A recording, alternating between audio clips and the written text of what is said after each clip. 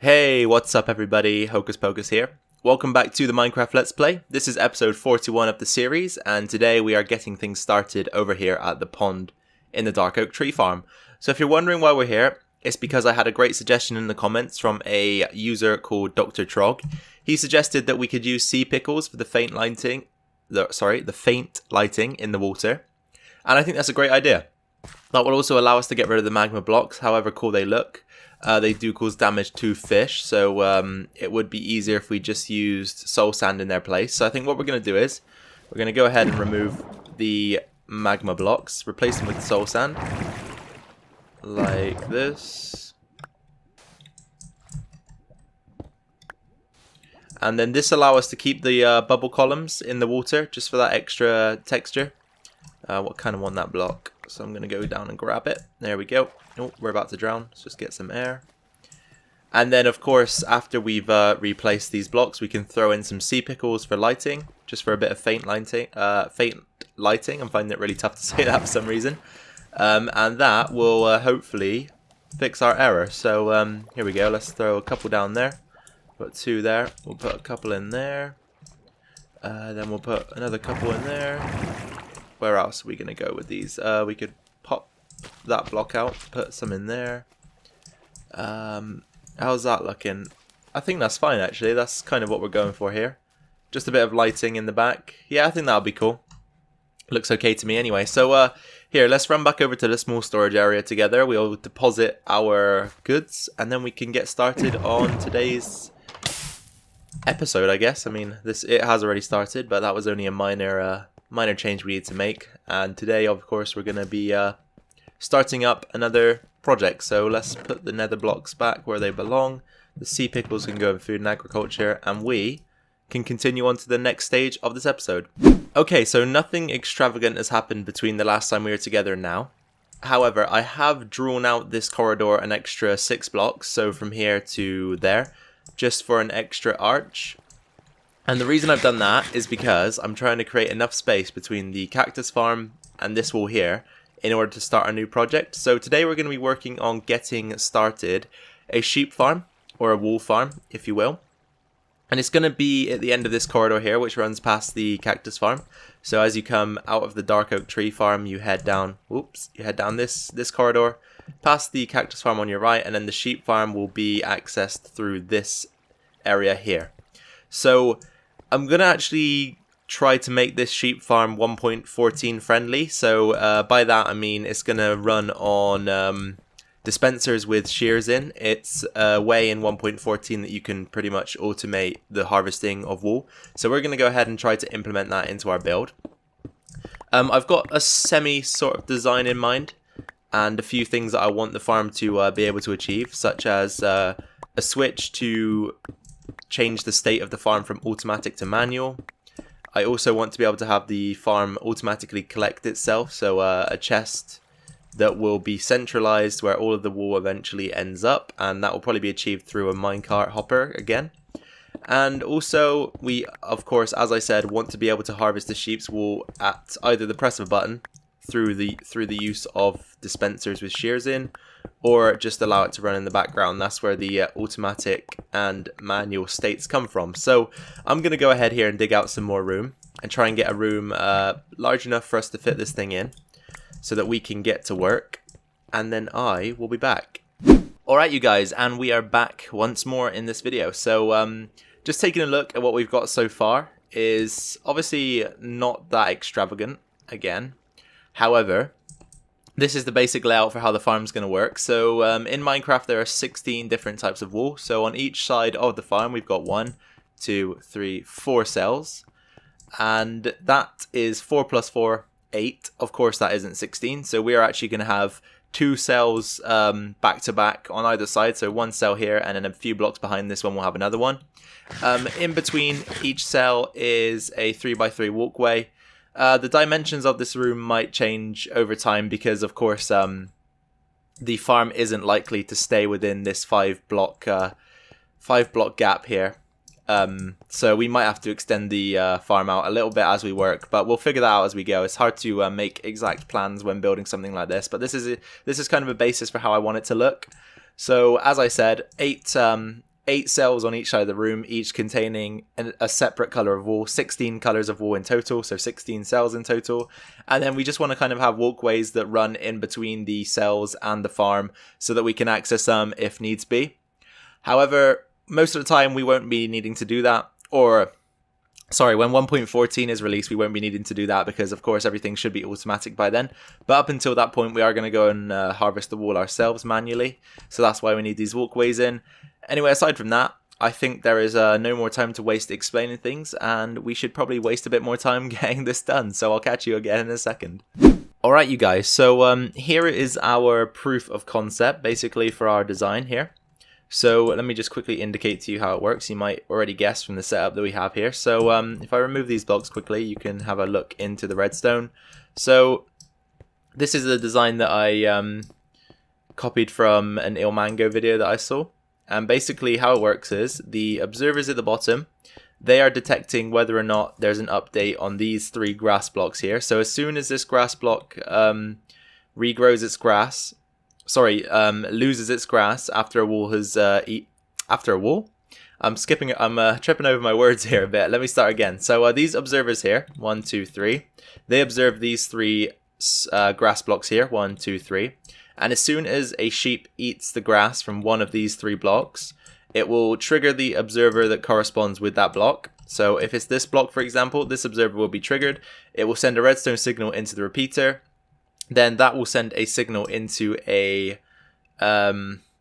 sticky piston, which is underneath this observer. And that will send this observer up. And then since that observer has changed its location, it will then send a redstone signal into this block, which sends a redstone signal into the dispenser here. And the dispenser will have shears inside of it, which will then shear the sheep that stands on this block. So that's how things work here. It's quite simple. If you well, I mean, I probably couldn't have came up with this design myself, but once you see how it works, it is quite simple, I guess. So yeah, inside each 3 of these dispensers we'll have some shears so that they can automatically shear the sheep whenever the farm is triggered. And then under these 3 blocks, let me just grab my shovel, we will eventually have a rail system that will collect all of the drops. So we can kind of have a demonstration here. If we put in some of the stone bricks into there, let's just pretend that me placing this grass block is the grass being eaten, and there you go, it will fire 1 time. And then the same happens if you remove the block, and then we can just go ahead and place all 3 in, and all 3 dispensers did fire, but of course these are empty, so nothing came out.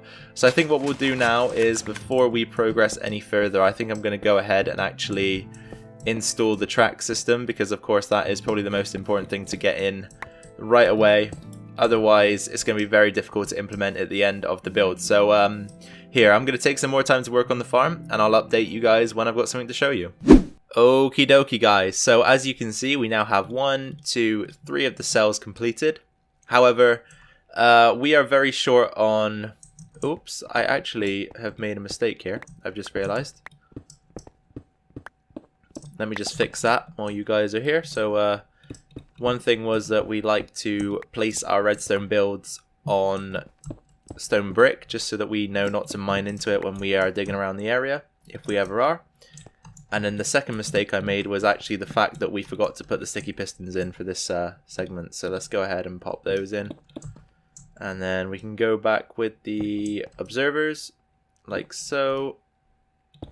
Then 3 blocks up there, and that is complete. So as I was saying, we only have 3 sticky pistons left and no more slime. So we can make 1 more cell before we run out of materials here, which obviously isn't the greatest. So we might have to either work on other stuff until we get the materials up together, or just work on other aspects of this farm, which is totally achievable, I believe. So maybe we could just stick to working out how the cells are going to look and how the room's going to look.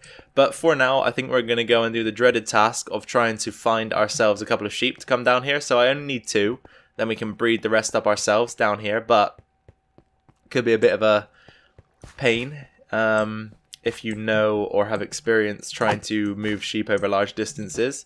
So I think what the plan is, we'll use our villager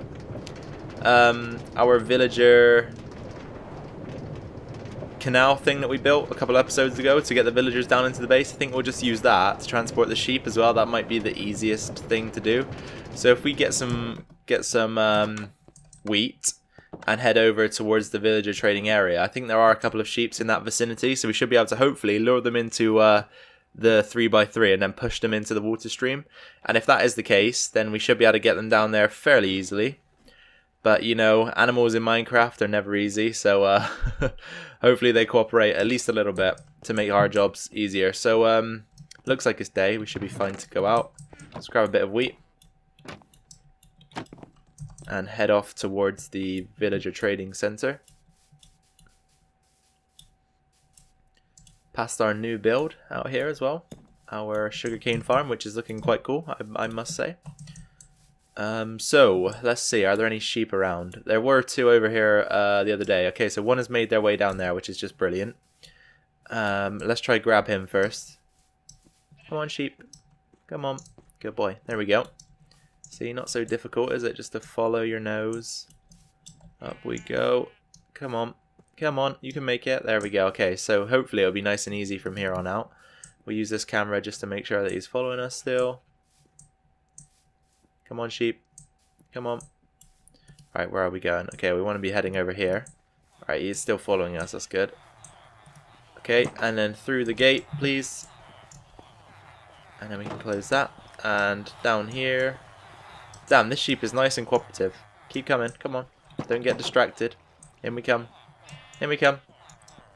There we go. And then the final stage. In we go. There we go, perfect. So this guy actually was nice and easy, so let's try and get him into the water stream if we can. In you go, go on, you know you want to. There we go, so he's on his journey down to the base, which is nice. So now we just need to find ourselves one more sheep, and we should be set. So that was nice and easy. I'm hoping that the next one is just about as easy as that. So there was a sheep that I saw over here. He was quite a distance away, but I don't know where any other closer ones are, so... Alright, I just heard him baa. Where did that come from? Where did it come from? Sheep, where are you? Make a noise, please. Oh, there he is. Okay, so come on, you. Damn, he's hungry. Let's go. That's it. This way. This way. This way. This way.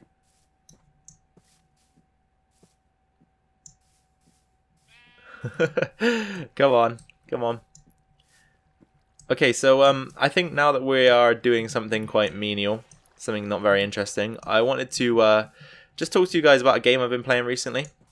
And the name of that game is RimWorld, so I don't know if any of you guys have played it. If not, I highly recommend that you do. So I've been kind of addicted to that recently. So essentially what happens is you can choose any of 4 scenarios or create your own scenario. So the scenario I usually go with to start the game is where 3 survivors of a shipwreck are deserted on a RimWorld planet, so a foreign planet to them, and basically you get given a few starter materials as well as the ability to control the jobs that your pawns can do. I guess that's what they're called in the game. And you can allow them to harvest wood, harvest stone, harvest steel, harvest components, and all of these things allow you to craft what you need to survive, which is a colony. So you have to set up colonies on these RimWorlds, or you have to set up a colony on a RimWorld. You can actually have multiple colonies on the same RimWorld if you choose, but it's not often that you will find yourself having to create a new one, I guess. And essentially you can pretty much do anything in this game. So if you want your colony to be a drug cartel colony, you can go ahead and grow a bunch of drugs and send them with your caravan to trade, or trade them with any caravans that come to your colony. If you want to harvest the organs of anyone who tries to attack you and sell those on the market, you can also do that. I think you can harvest hearts, livers, left lung, left kidney, and right kidney. Of course, you can kill enemy pawns by harvesting their organs, so you have to be careful when you're doing that. But they do sell for quite a bit, so if you want to be, if you want to trade in human organs, you can do that.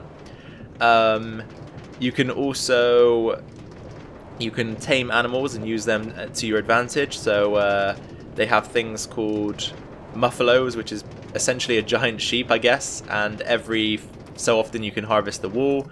They have huskies, which you can train to pool items, so you can set up stockpiles which the pawns will know to take items to, and you can also train your animals to be able to do this. So yeah, it's actually a really fun game, and I've been kind of considering whether or not to make some videos on it. I think I'd like to, but it's hard to know whether or not that you guys would like that. And I guess if what I'm talking about sounds good to you at all, then definitely let me know in the oh dear, this isn't good. Oh dear. Okay, but as I was saying, let me know in the comments down below if that sounds interesting to you. But this is not good at all. Fortune 3, and I don't know what this guy is. It's just escaped. Oh no. Okay. Alright. I don't think they're going to go far from here anyway, to be honest. So I'm not too fussed, really. Plus, if I lose either of those, I'm not actually that bothered.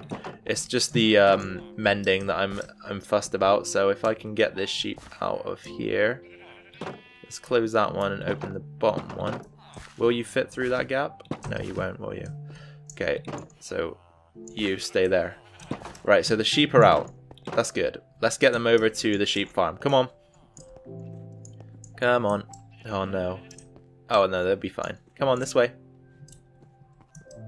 But yeah, as I was saying, sorry, before I was rudely interrupted by my escapees.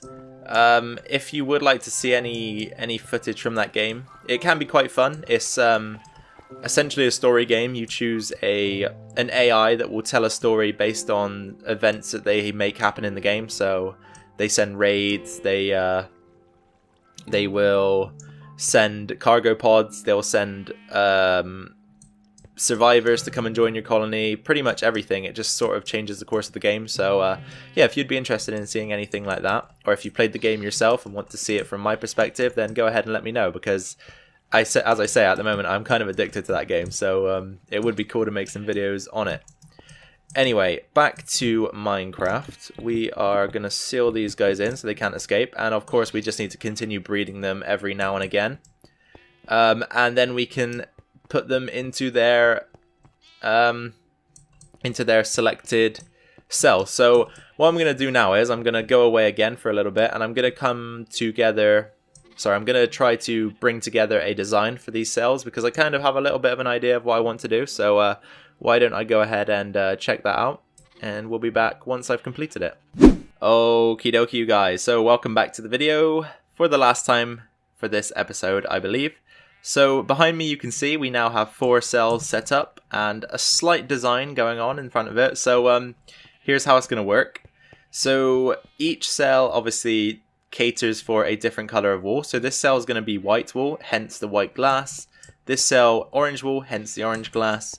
This cell magenta wool, hence the magenta glass. And of course this cell light blue, hence the light blue glass. So we're going to continue this theme on every cell that we create. And I've even decided to use a bit of quartz. We're getting a bit fancy here.